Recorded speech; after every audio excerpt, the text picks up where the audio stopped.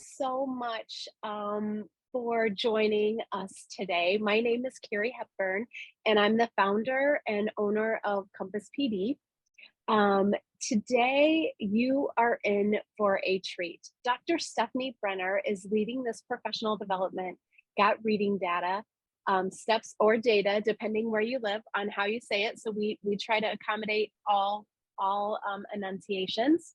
Steps for analyzing and planning reading interventions for your youngest readers. And Dr. Brenner has done this work for a decade, where she's been studying screeners, and her passion, as many of you know, is dyslexia and supporting our students who have characteristics of dyslexia and who do have dyslexia. And one of the trends that we're noticing as we work in districts is that as educators are looking at screening data, they typically focus on that composite score and are missing some of the rich, important details that are included in this screening data. And so she's going to be leading us for the next hour through some amazing learning around this topic.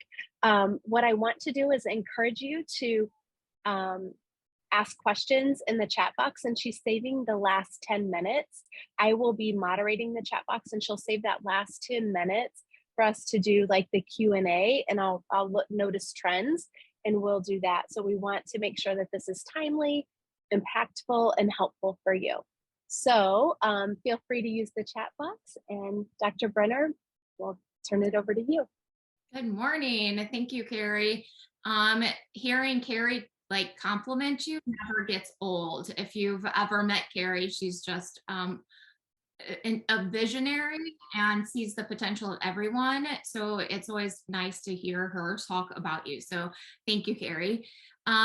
To you guys, I'm actually completely humbled and honored that you have chosen to spend an hour of your day on a Tuesday, when there are way more things on your plate and agendas that you could be doing. And it's amazing to know that you're giving your time to be with me in this learning. So I don't take that lightly, and I really, really appreciate that. As Carrie mentioned, I love all things that have to do with what started out as in the topic of dyslexia, because when you research dyslexia and how to help kids who are dyslexic, you're really getting into how kids and people become a reader. And it's that progression of having a brain that's not meant to be a reading brain or a writing brain, and turning it into a brain that is meant for or designed and able to be a reader and a writer. And within that are all the things that teachers need to know about that process, so that we can quickly identify when things are going not as planned, and hopefully intervene and stop that early. So today's focus is really on K-1. And the reason for that is that when we start early, we're preventing a strain on our system as the kids get older and beyond first, second grade, when we're in the upper elementary grades. So in the book, Essentials of Assessing, Preventing, and Overcoming Reading, David Kilpatrick, he uses this vignette about how if you are at a track meet, one of the races involves hurdles. And I don't know if you guys have seen a track meet that involves hurdles, but looking out, the runners know where the hurdles are. They can see them. And in this race, the hurdles are evenly spaced. They're the same height. And coaches teach the runners ahead of time how to approach that. And they teach them all exactly what to do when they come to the hurdles. However, in some ways that's like reading. So especially in K-1, we know from research what the hurdles are going to be for kids. And we can see right from the get-go who has those hurdles. But what's different is that when it comes to reading, we don't want to teach kids to be efficient hurdlers. Our job as educators is to remove the hurdles from the track right from the get-go.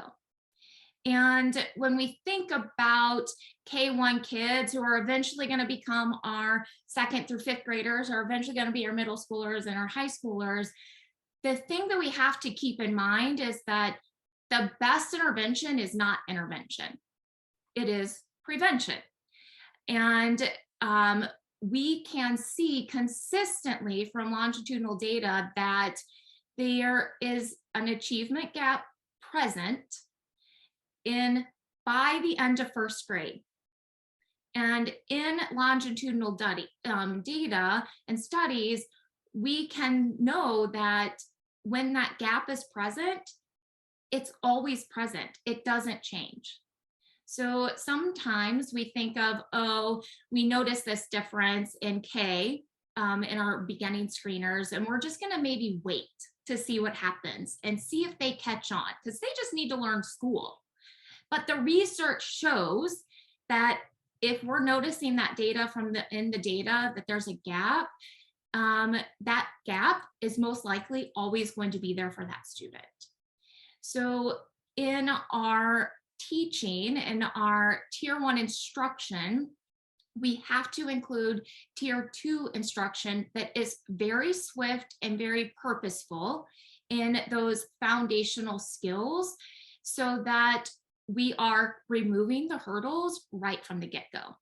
So today, what I'm really going to spend time talking about are like, what are the problems that you're facing? So like this little like ball of string or whatever this might be, it almost kind of looks like wiki sticks. It's like this huge combination of things, and it's kind of like, here's your problem, but where do you even start? Because it's a big jumbled mess.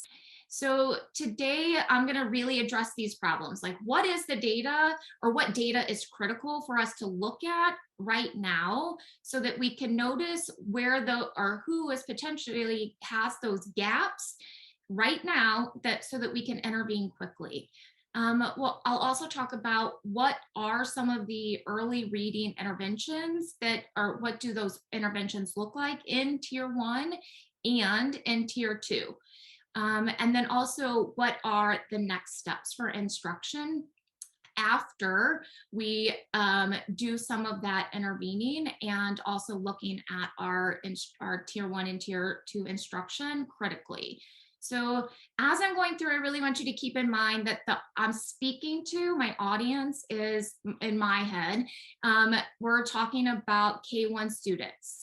Could we definitely do this kind of discussion for our older kids? Yes, but I'm focusing on K1 so that we can start to remove those hurdles now, since in October, we can notice those kids that are impacted by those hurdles.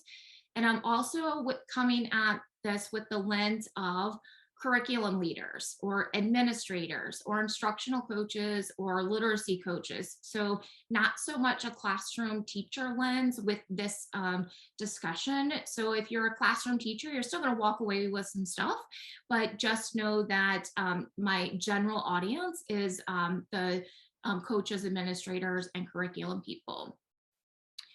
Today, what I'm hoping that you will walk away with are some ways to notice patterns and trends in data that we have right now at this time of year in our youngest readers.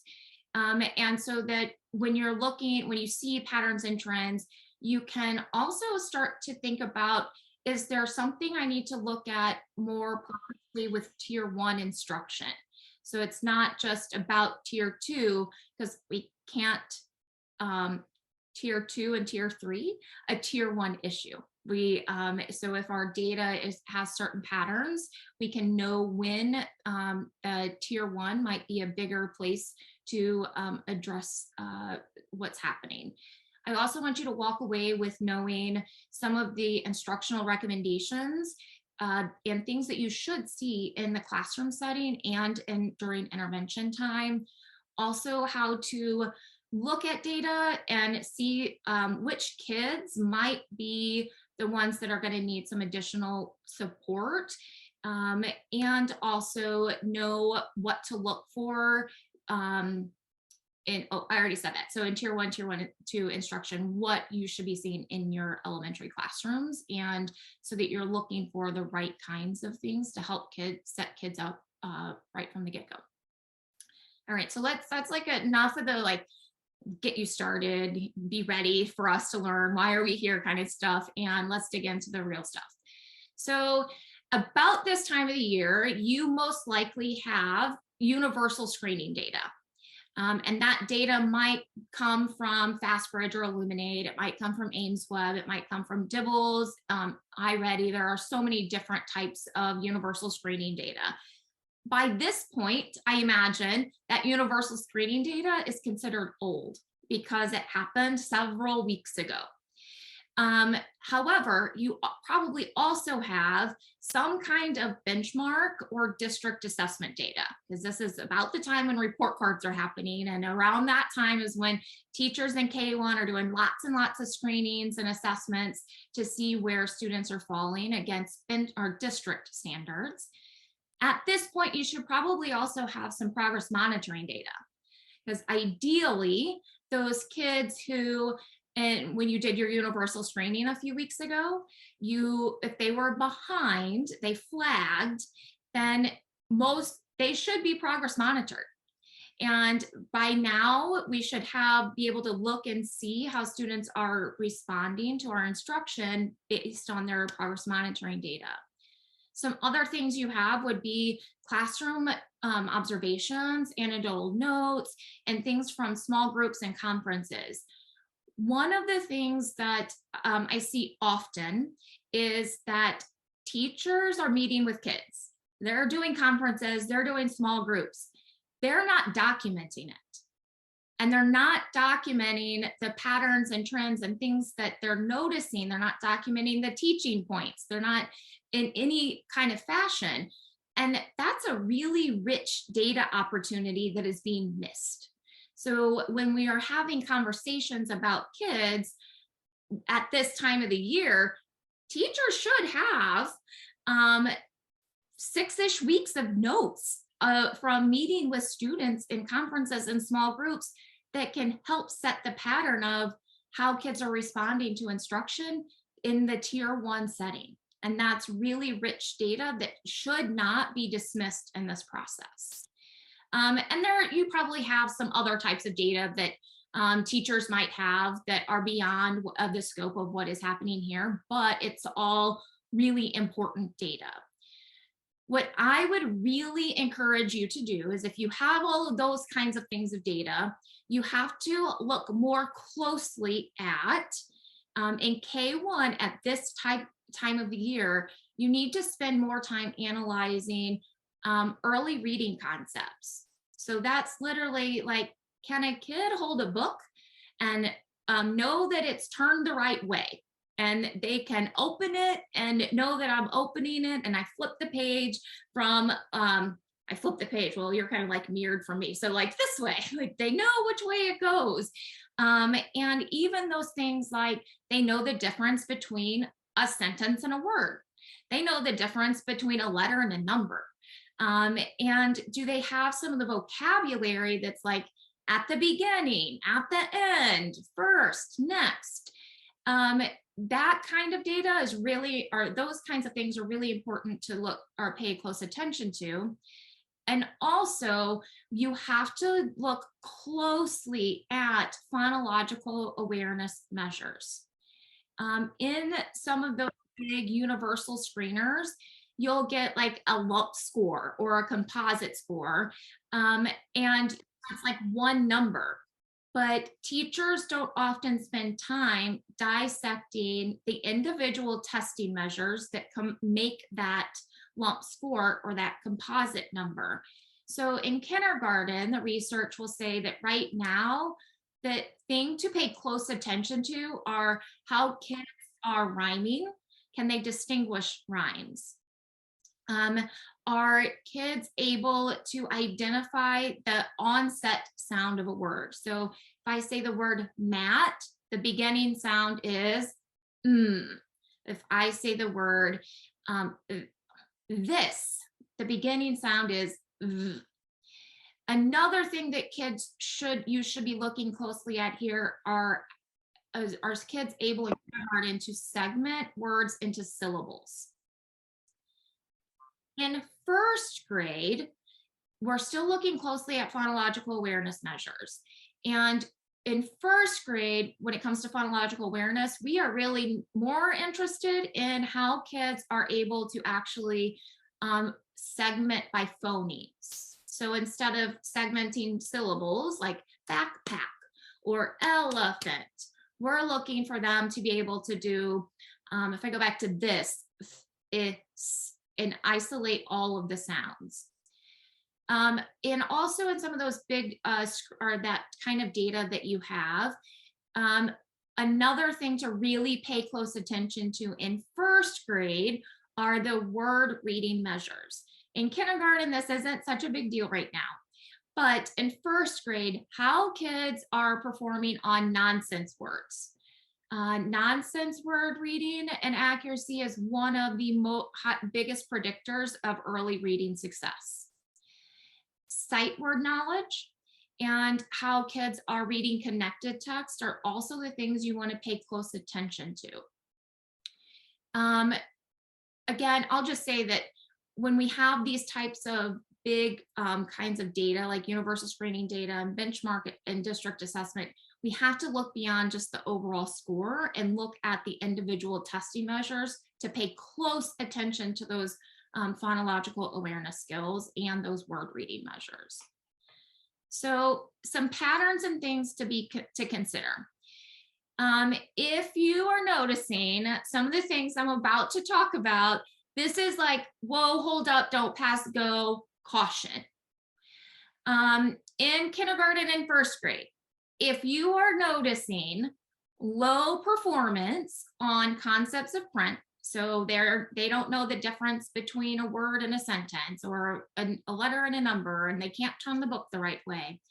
Onset sounds, identification, phoneme segmentation, and nonsense word fluency. If kids are performing low in those areas, and you can also look at the data and notice that kids might be performing in the like average range of word reading measures. So like sight words or even decodable words, and then reading connected text. So it might be sentence reading or a CBMR.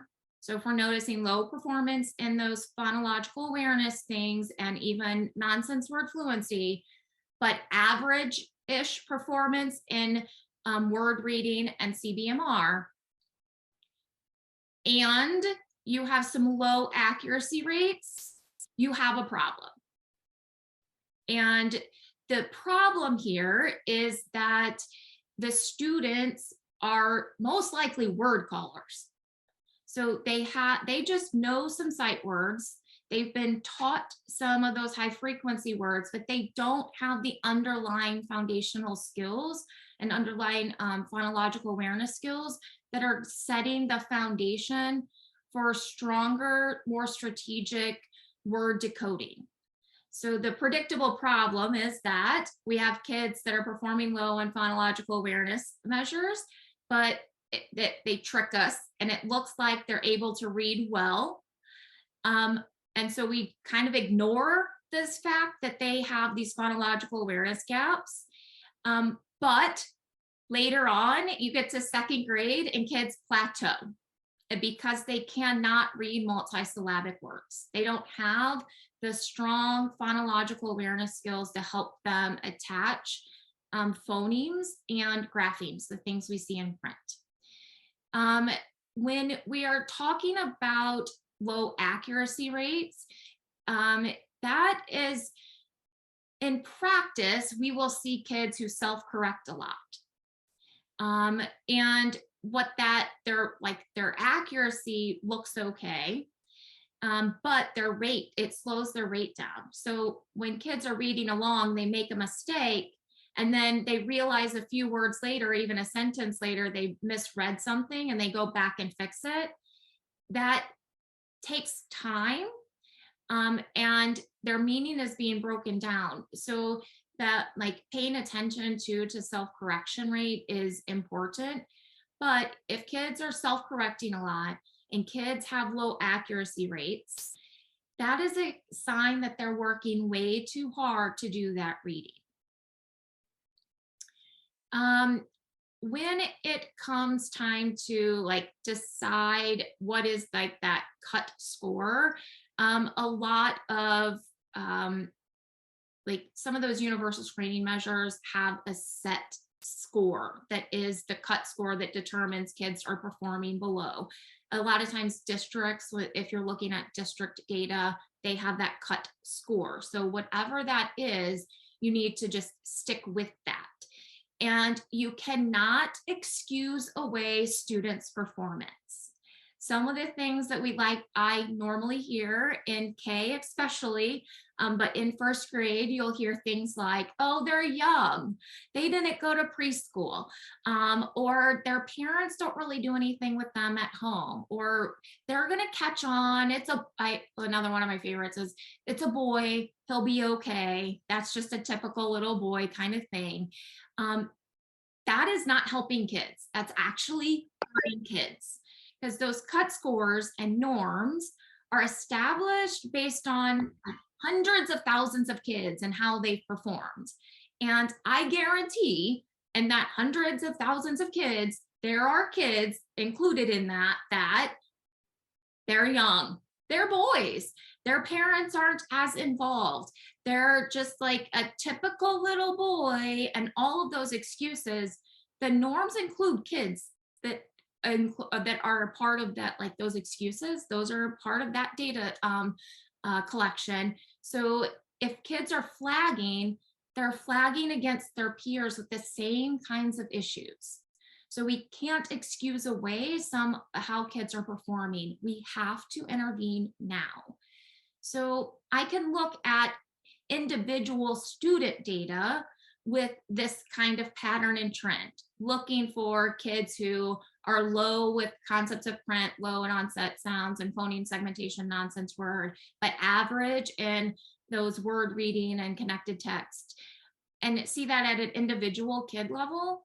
But I can also notice that same trend in a classroom by looking like uh, analyzing all of the data of the kids. Beyond that, I can notice that same trend and pattern for a grade level and for a building or a district. So as district leaders and coaches, if I notice this same pattern in a classroom, not just one kid, or in a grade level, or in K in all of my buildings across the district, that is a sign that we have a tier 1 issue.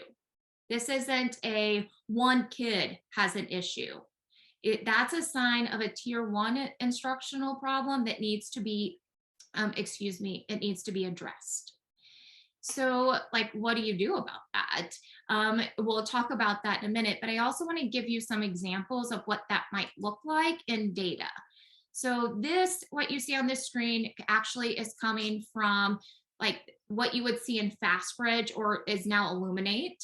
And this would be like a fall first grade actually data point here. So you're going to see that you have the composite score, like a class thing, and you can see there's a lot of greens and blues.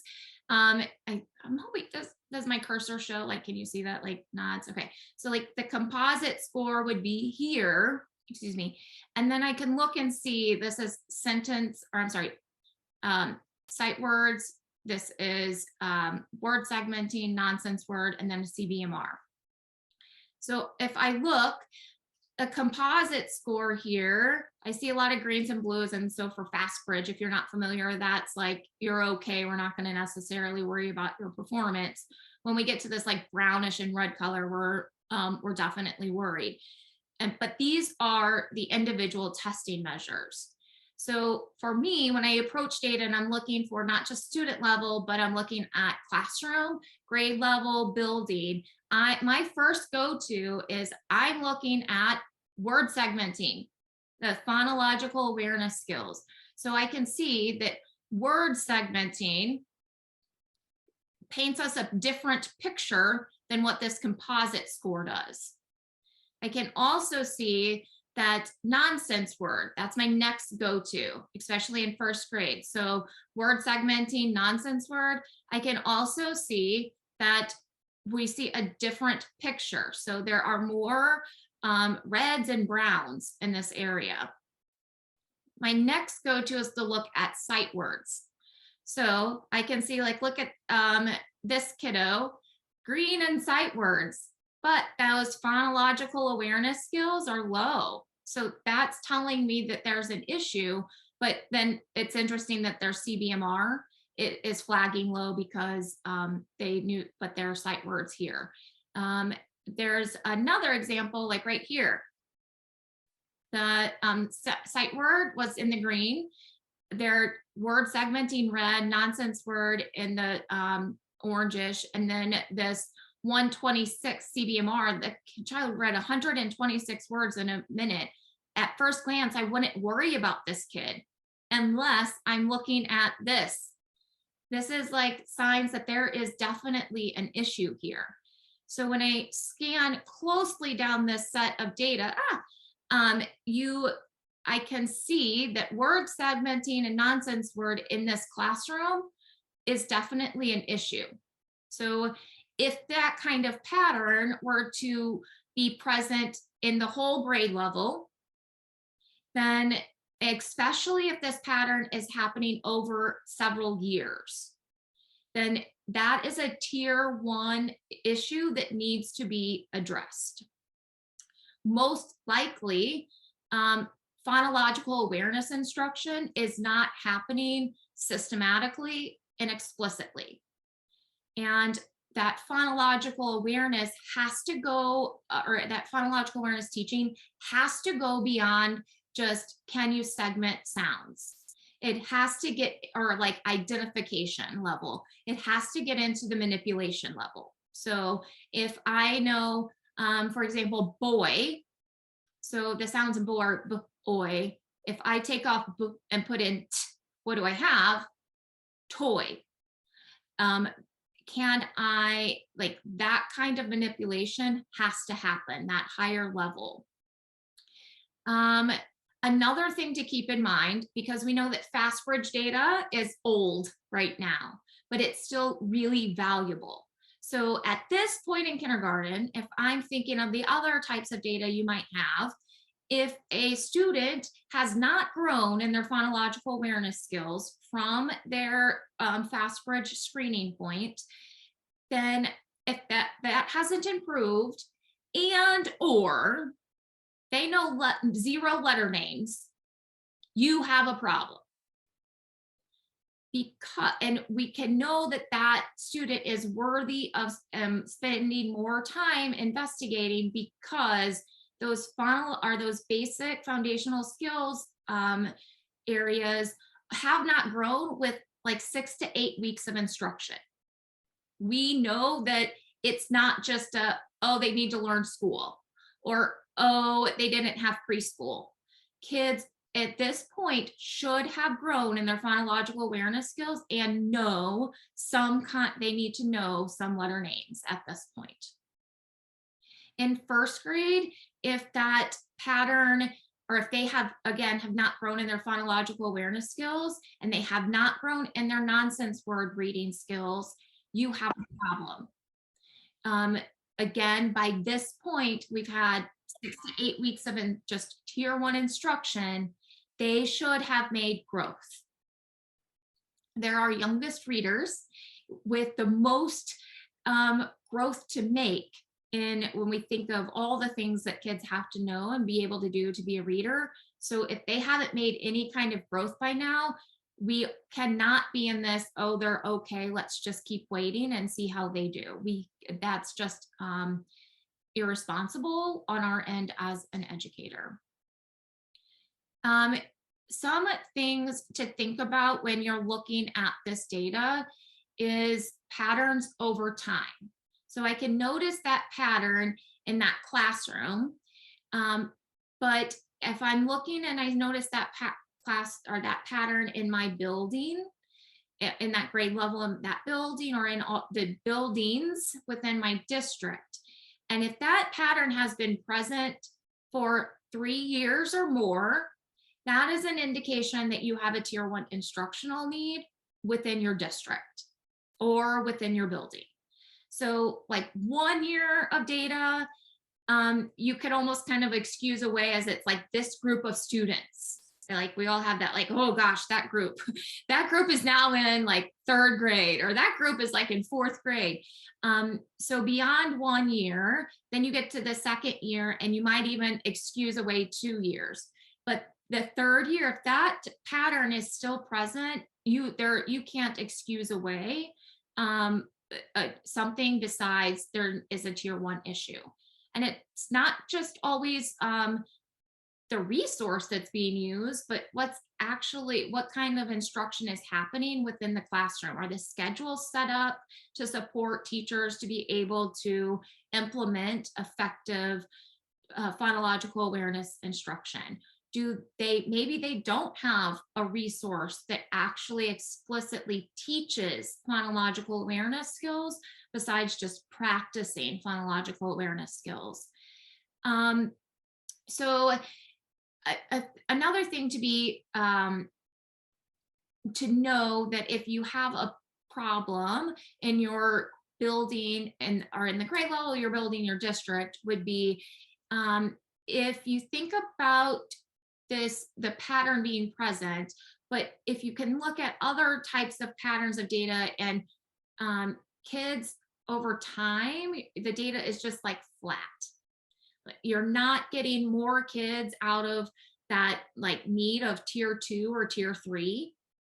Or you can look at your intermediate data and notice that more kids are qualifying for interventions or even special education services. Then that can come back to that idea of K1. So the gap that was present, you can look at a kid and pick one of your 3rd, 4th graders or 5th graders, and you can look back at their data. Most likely, I'd put money on it, and you'd be able to notice in kindergarten, there was an issue with that kid. Because if we're noticing that in kindergarten, that gap doesn't change for most students.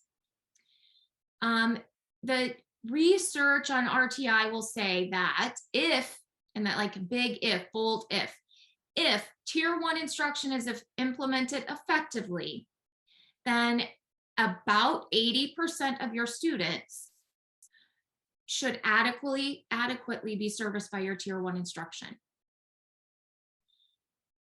So if you have more than 20% of your kids qualifying for intervention, you have a tier 1 issue, especially if that pattern is happening more than 1 year, like 2 years, 3 years and more, you have a tier 1 issue. And it's not something that we can just sit and wait on and not do something about, because it's like putting gauze pads and band-aids on, like just putting kids in intervention without addressing tier 1. That's like putting gauze pads and band-aids on something that needs stitches. You're just going to keep bleeding out and put such a strain on your tier 2, tier 3 resources when they get older. What are the things that you should see in your intervention time, or what does early intervention look like in tier 1 and in tier 2? So let me start there. One of the things that like as you're looking at the list of tier 1 things that must be there or tier 2 things that must be there, it is with the caveat of those must-haves. So the research will say that your intervention and instruction must include evidence-based curriculum or literacy curriculum. Evidence-based is different than research-based. And so that's like a really important thing to keep in mind. You have to be using universal screening and ongoing progress monitoring. We can't know if kids are responding unless we're strategically and consistently monitoring how students are responding to our instruction and our intervention. And then the last point is that instruction must include a dynamic mix of whole class instruction and differentiated small group instruction. That small group instruction during that time also needs to include adequate time to practice skills independently. So one of the things that I will say is that we have to think about small group instruction beyond a guided reading lesson. So dynamic, differentiated small group instruction cannot only include guided reading. It has to include things like strategy groups. It can include things like interactive writing and shared reading, but in a small group setting. The instruction also, and even the practice and repetition, needs to be teacher-led. This isn't like put a kid on a device and let them practice. Kids have to have explicit instruction from a teacher during tier 1 instruction and intervention. Purposeful practice with like a device, some games and programs has its place for repetition and practice, but there are some really big cautions that go with that. When we think of the like instruction that can be happening, so in tier 1 and in tier 2, we have to see explicit phonological awareness instruction and phonics instruction during whole group and small group. And that has to be beyond the word work portion of a guided reading lesson. That like 3-minute time period, that's not enough. If we're noticing the gaps in our K1 kids now, that's not going to be enough time to close the gap. During that tier 2, one of the things I hear often is like, oh, I'm going to do a letter sound intervention. What's a letter sound intervention look like? I don't even know. Like that, like we have to get beyond just kids knowing their letter sounds or their letter names. We need to see phonological awareness instruction intervention. We need to see phonics intervention instruction, vocabulary intervention and instruction. And those interventions and instruction have to include those higher levels of phonological awareness skills that are addition, deletion, substitution, and that manipulation.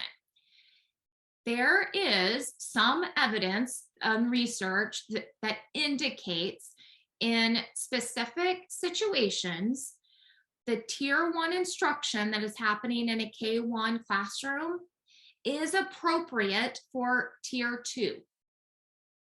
So it's like the things that I'm doing in K1 and during my whole group time in K1 has its place in a tier 2 setting. And that can be an effective way to help close the gap of for those kids when we're noticing those patterns of their low phonological awareness and low early foundational skills. That can be an effective thing to do. There are some really great programs in the market that are great for tier 2 instruction. So, and I'm happy to name a couple of those if you'd like during like the question and answer portion. But there are some really great ones available on the market or just for free as well. So if I am noticing these kinds of patterns and trends in an individual student or in a class or in a grade or in a building, and I provide some intervention that includes phonological awareness or phonics instruction, and I'm being really strategic with how that grouping looks, then now what? So about this time, you're probably coming up to the point where it's like, I've given some intervention, and now that maybe the next screening period is on the horizon, maybe the next set of data or assessment data is coming up, or you have that 6 to 8 weeks of progress monitoring. What comes next is you evaluating tier 1 instruction. So is that pattern of low phonological awareness skills, and but we still have kids who are good our word callers. Is that pattern still there? You need to evaluate for that and look for that, because that has tier 1 instructional implications and tier 2 instructional implications. Also, comparing how this set of data for this group of kids compares to historical data. So is this like that amount of progress kids have made this year, how's that compare to last year and even the multiple years before that? So you get a really nice picture of noticing if it's a pattern that's in like indicates that it's a tier 1 issue. Another thing to really evaluate are the individual students' responses to kids or intervention. So I'm also like mid-kindergarten, if that's what I'm thinking of, like is my next big time to be looking at some data.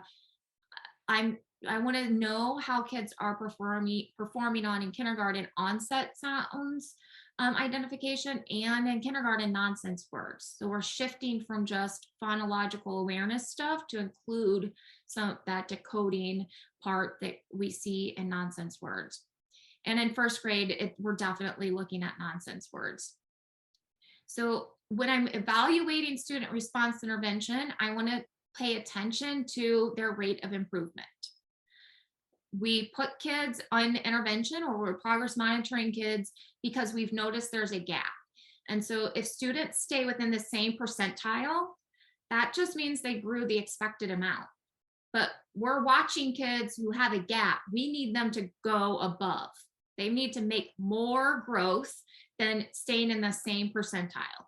So if a kid was in the 28th percentile in the fall, and in the winter they're in the 27th percentile, well, they've just made the expected amount of growth when we needed them to do more. So they're not closing the gap. We also can evaluate interventions, and that could look like, are interventions actually happening? So we said the kid was going to get intervention, but have our schedules allowed it? I know there's such a sub shortage that a lot of our interventionists are being pulled to cover classrooms. So if we have said a kid's going to get an intervention, but they haven't been receiving that intervention, then we can't accurately evaluate how kids have performed. And that happens just in the classroom too, not just your interventionist. So is the time then consistent? And also we need to be ready to maybe change the intervention.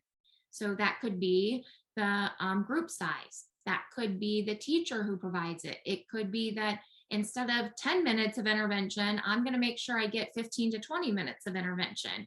And then lastly, we could think about the teacher and the program, or supplementing the types of things that are actually happening within intervention.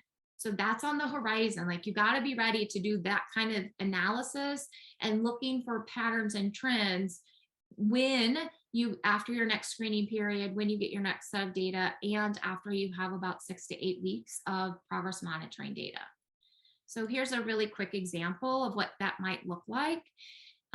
This is, again, FastBridge, and you can see, like, this would be if I had fall data, then this is what my winter data would be potentially.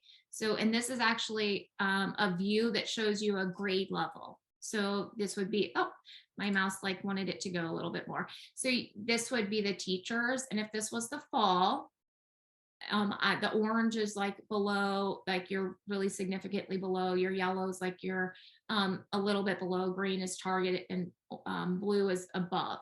So I can see that quickly this classroom had significant change where their skills like more kids were in the it went from like 30 or 13 overall, and the grade level went from 13% in the red to 38% in the red.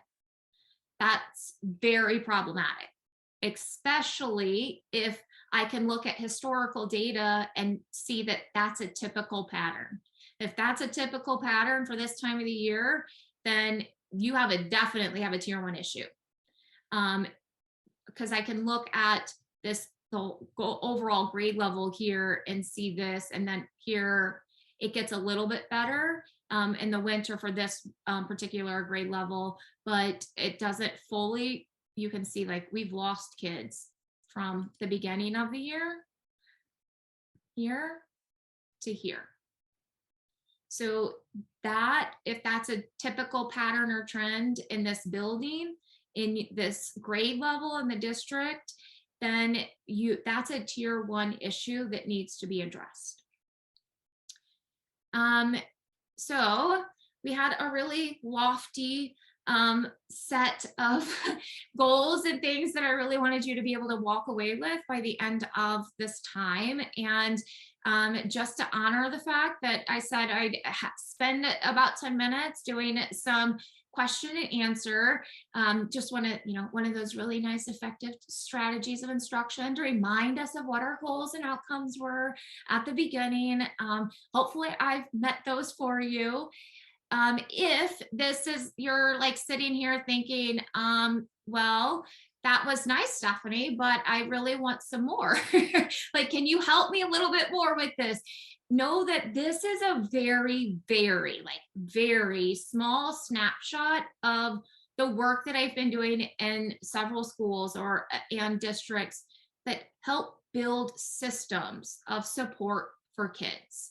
So because we need a nice system of supports for kids to in their journey to becoming proficient readers and writers. So your analysis might start with just one kid. You're just looking at one kid's data, and it quickly snowballs into something bigger, and you start noticing patterns and trends like what I described, and you're like, what do I do? I'm not sure how to approach this from a big picture. Then that's really something I can help with and help you more with. So if you're really interested in that kind of thing, then this is my contact information. And much to my my kids they don't like this, but I'm on a lot of social media and Compass PD is on a lot of social media. My youngest son, his name's Ben. He's humiliated at the fact that I'm on TikTok.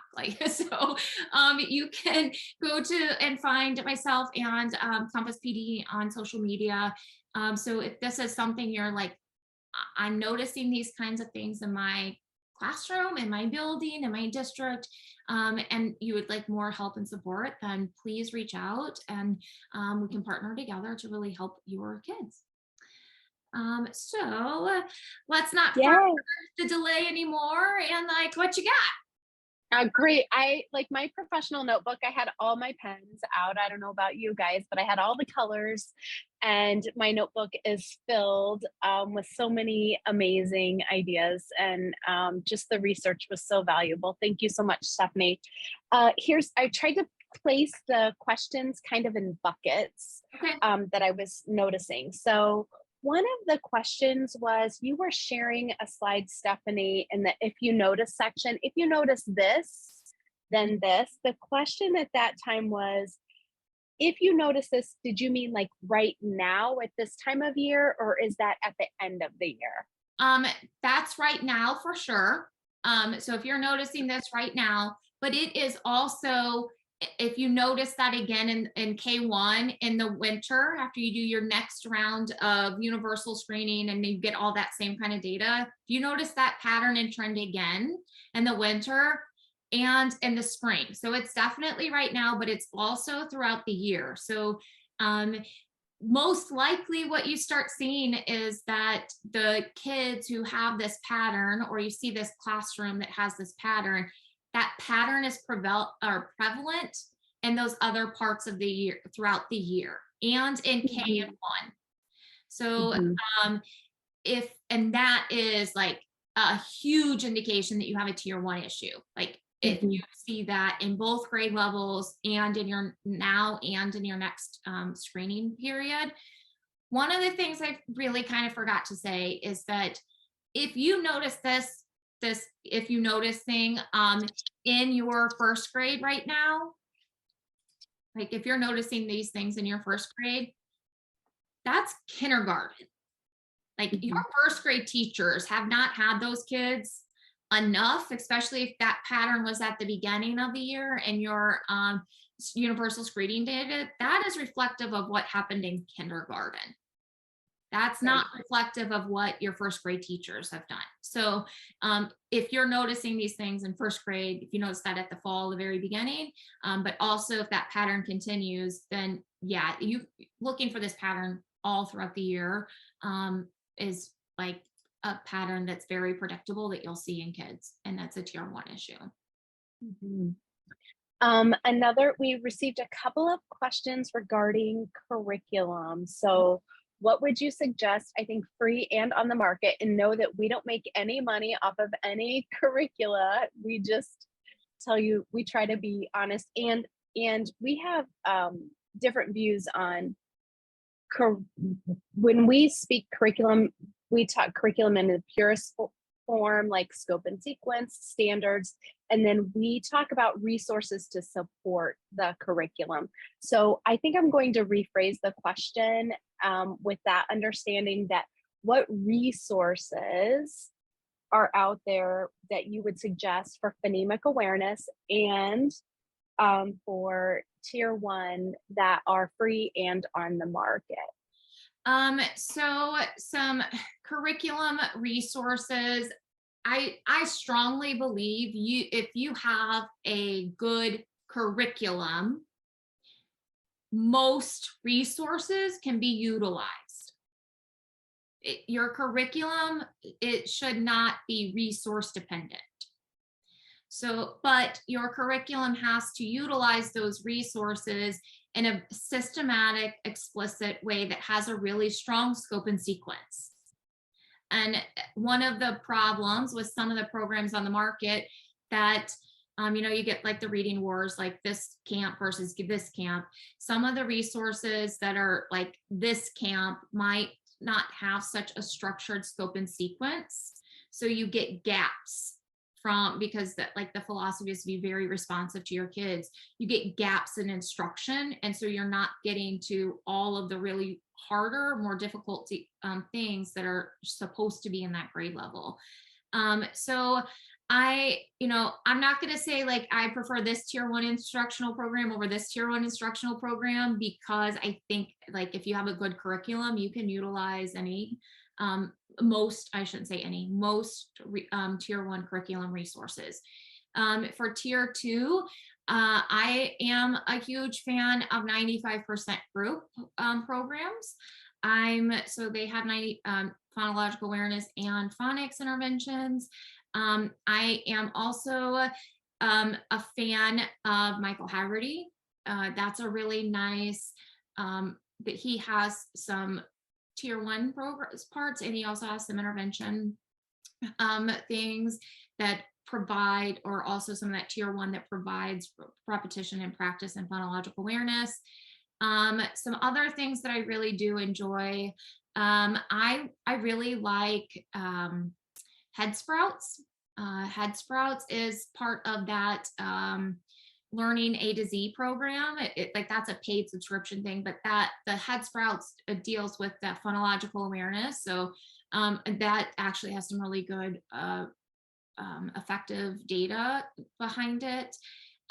There is a free phonological awareness program that's really great, done by Reading Done Right. So that's the name of it. It's readingdoneright.org, I believe. And they have it's called the Sounds First Phonological Awareness Program. Road to the Code is a really great program. It's like a spiral book you can get. The Intensive Phonological Awareness program is also really something that's easy to pick up and do right away.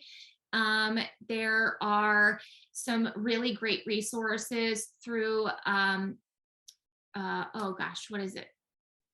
Really Great Reading. Is that what it is? Um, I think it's Really Great Reading or Good Reading, reallygoodreading.com or something like that. Like off the top of my head, it sounds like hokey. Like it doesn't seem like it's going to be a good thing, but it's actually pretty good.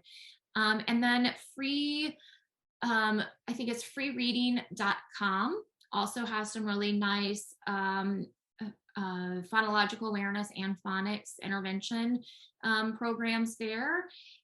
So like that's a couple that are off the top of my head. I know I have a list of several more that if I can, like, if you want to reach out to me, I can specifically help you a little bit too. Oh, Read Naturally has a nice program that's phonological awareness. It's, I don't know if I'm going to say it right. Phonemics. It, like the spelling of it is FUNEMICS, and it has like some weird, like speech pathologist kind of like letters in it. So the pronunciation is a little weird. And SIPS is another pretty good intervention. Wow. There, I mean, that's a plethora, a Oh, great starting point. Thank you so much.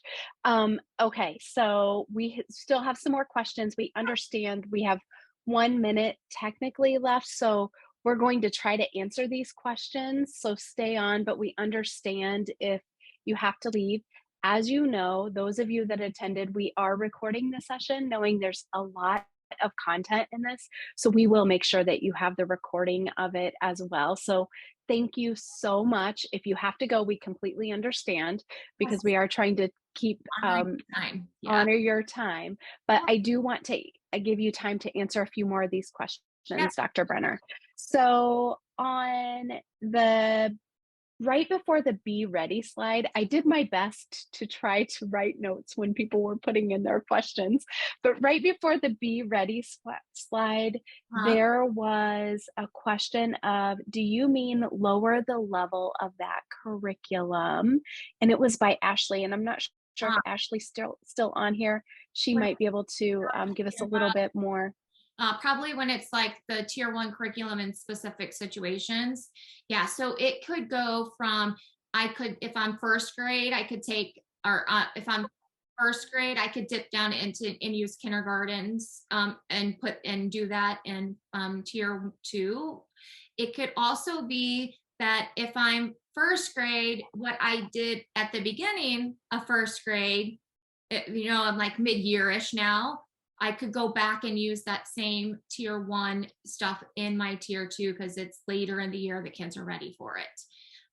And especially in kindergarten, the research is saying that it might not even be like a half a year. It could be just a couple of weeks. So, because kids should be responding pretty quickly in kindergarten to our instruction. So it could be the lesson that I did a couple weeks ago, I can now use in my tier two time. Did that answer the question, Ashley? Or a thumbs up. So I'm yeah. All right. Okay, great. Okay. I have notes all over the place. I apologize. I also noticed, so we had a couple questions regarding assessment that I kind of put in a bucket. One was, when we talk about nonsense words, are we talking about only CVC nonsense words? Well, so because we're in the lens of K1, the K1 at this time is CVC. But the CVC might include some digraphs. So it could be TH or SH or WH. So it could be that. At the end, you might get into some blends, but that in a lot of those assessments, it sticks with CVC. Like, I need you to be really solid at CVC so that the next layer I'm ready for. But yeah, so K1, CVC. Great, thank you. And then could you talk a little bit about CBMRs, curriculum-based measures? Yeah. Just like give us a little lesson of what is it, what's the purpose, like a short version, not the like the extended, but What Stephanie to is excited about talking about CBMRs. yes, Yes, yes. A CBMR is a curriculum-based measure and reading. It's the passages are the same level. And so kids typically get 1 minute to read, and you're documenting how many words they read correctly in that amount of time. And that's really all you're getting. But you also get an accuracy rate with that. So kids might read 50 words, but their accuracy rate was like 90%, then that means they read more than 50 words. They just got a lot wrong. And so Mhm. that's problematic. What a CBMR, it looks like we're just measuring how fast they're reading. We're actually measuring comprehension, and we're actually measuring their ability to decode, and we're measuring their sight word knowledge. Students in those passages should not have to spend a lot of time decoding those words.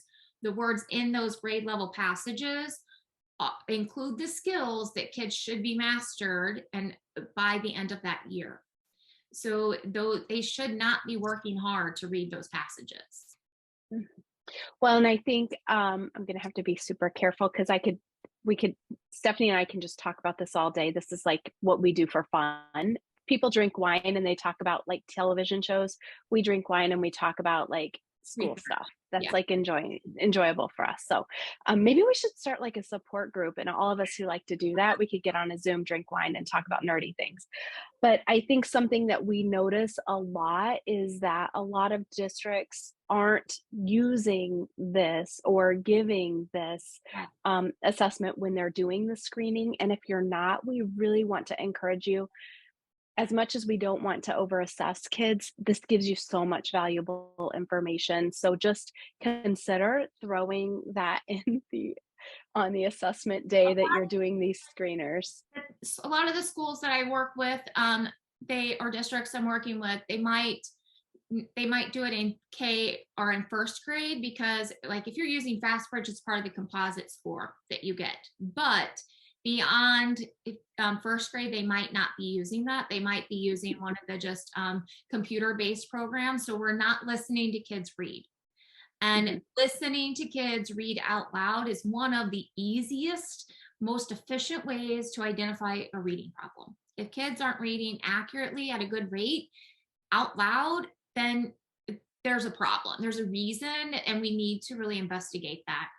Also, CBMR tends to be more responsive to student growth. So you'll see the impacts of your instruction quicker in a CBMR than you would in some of the other measures you might use for older kids to progress Mhm. monitor. Um, like in your younger kids, you'll notice growth in your you'll notice the impact of your instruction in those measures of like sound or segmenting, nonsense word reading, even letter name, letter sound identification. You should see the impact of your instruction quickly. Mhm. Mhm. A couple more, Yeah, Dr. go Brenner. ahead. It's okay. It's okay. Okay, okay. So, and I don't want to skip any, so I'm just trying to one is somebody asked about, like, how do we help with documentation of Tier 1 instruction? And this was early in when we were talking about the importance of anecdotal notes. Yeah. And so I think we're thinking, like, easy ways that we can gather data that's gonna be helpful in this process. So what are some ideas that you have? Um, One of my favorite ways to document uh, my teaching points with kids during small groups and Mhm, conferences, I literally carry around a pack of Post-its with me everywhere I go. And it's because I can easily put down like the student's name, the date, and then I can write the things that I noticed the student doing well, and then I can also write down what my teaching point was. Um, and I can also write down things like what I want to do the next time, or the things that I want to make sure that I look for the next time I'm with that student. And so the student's name, date, what I noticed, their teaching point, the teaching point I gave, and potential, and then like what are those next steps. Having that on just a post-it note, and then like I would then, because I don't, it's not my classroom, I'll just give those to the teacher and have the, normally teachers will have like a folder or a binder or something with paper for each student, and you can put those notes. That's really all you need, because then the next time I'm with a kid, I can look back, or if I have a meeting on a kid, I can look back in my papers and see, look, I talked with the conference or met with this kid 3 days this week, or in 5 days that week, and I had to do the same teaching point every time. They were still doing the same thing. So that's evidence of them not responding to my instruction. Or, oh, look, I did this and it helped, but they did it this one time, but not all the other times. So literally just having a quick post-it note like that is really all you need. Mhm. I'm going to push back a little bit. Okay. Okay. Okay. So for fun, I'm just going to do this. I'm a teacher in a classroom and I have no idea what the heck I'm supposed to write on that, like what I'm even supposed to teach them. Yeah. I don't even know what I'm supposed to look for. Right. So What do I do then? Like you're telling me all I need to do is write these things down, but I don't even know what I'm new. I don't know what to do. so then you can rely on what your tier one instruction has included so far. So if you've taught it whole group, then be looking for those things and keeping in mind the things like, if I'm in, like I'm about to be in November, so I can't just think about this week's instruction. I have to think about what have I taught already this entire school year in my tier one curriculum, and be looking for evidence of that in my students' work. That's the easiest place to start. Entry point. Beyond that would be any of the progressions, and based on the standards that you have within your curriculum, using that as a place to go. So the progression, the standards progressions should break down like this is what it should look like in first grade, but the precursor of that is this, or this, and you can notice those types of things. So Mhm. those would be my first two easy entry points, or like what have I taught already in my whole tier or tier one instruction, and what are the progressions that go with my standards that are part of my curriculum.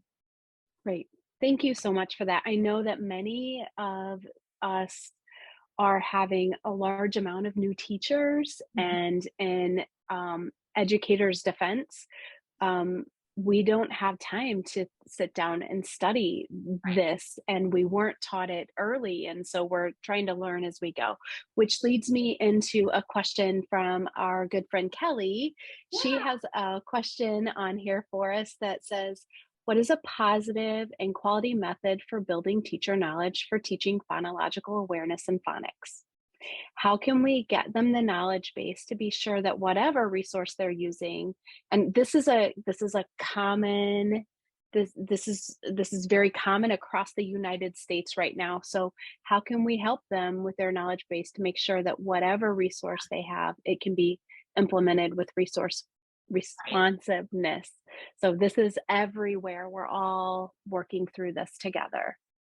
So that's something that I like is a mission of mine, because there are standards of teaching practice knowledge, like IDA, International Dyslexia Association, has this really fabulous list of standards that trying to change what undergrad and graduate level courses of education that instruction should include to help teachers like know this stuff, like what are the foundational systems of reading and writing, and what is that progression. But we're in a place where our teachers don't have that. So really, you have to have professional development that is not based on a resource. It has to be professional development that is on those foundational skills. So right now, letters training is one of the things that a lot of like is out in the public, a lot of people are hearing.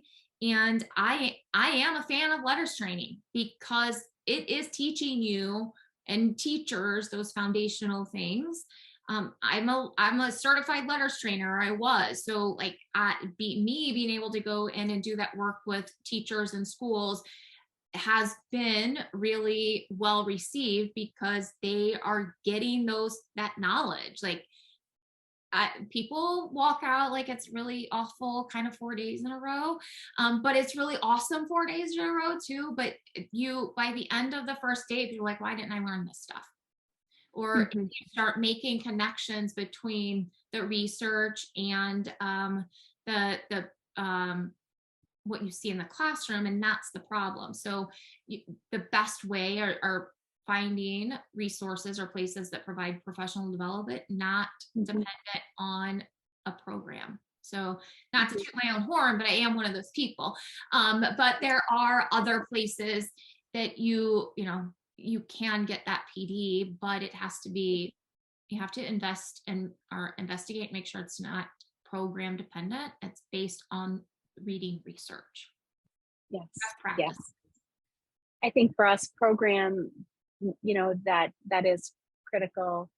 Build content knowledge, on the impact of building teachers' content knowledge is really more impactful than the actual Right. program itself. There's so much research out there, but it doesn't get touted as much as buying something And and what trying to fix things. I strongly believe, like we hear a lot of like teacher turnover rates in a lot of places. And some districts are like, I don't want to invest in the training that it takes to get my teachers trained in best practice. It's easier to just buy a program and train you in the program because it takes more time to build teacher knowledge and see the impacts of that than it does to just buy a new program. And so, however, the thing is when you are investing and increasing the teacher knowledge, that sends a message to teachers that they are valued and Mhm. you have value in them. You see their worth and their potential. And Mhm. when you invest that kind of work into teachers, then they're not going to leave because they realize that you're providing them the knowledge and support and resources that they need to be effective teachers in their classroom. Mhm. That is, in my experience, teachers appreciate that more than you just buying me a program. Like Mhm. I can go to another school district and get a program, but when you invest in me and as a professional to build my knowledge, that's a Mhm. whole different set of feelings. Definitely. Definitely. Um, and then we had a couple questions around, or a question around an example of a tier one, K1 and 2 instructional framework. So I'm thinking scheduling. I need to go, it was Oh, early. um, And I don't know if Julie, I'm not sure if Julie's still on here or not. I'm sorry. And then I'm like, oh, are people okay that I'm saying their name out loud? But it's in the chat box. Not um, using last names, just okay. chat If box. they're like scheduling, like we could, that's like not an easy question to have a really straightforward answer to. But No. I think that the big things when it comes to a schedule, you have to make sure that the schedule includes uninterrupted time for reading instruction, writing instruction, and phonics and word study. And so and I mean like in uninterrupted, kids can't be pulled for other things. So if we're trying to pull kids out of independent reading time to go get services because for intervention or a sped or whatever, well, you just took them out of tier one. So now Hmm. that thing that you're giving them is their tier one. It's not their tier two or tier three. And so you've just removed the thing that their extra support is dependent on. Hmm. Hmm. And I do want to be clear that we believe in that structure of workshop model for that reading instruction and that writing instruction time, that there is a clear scope and sequence and explicit instruction and responsive teaching in that time. Right. Exactly. Yeah. Oh my gosh, I think we got through all of the questions. Cool.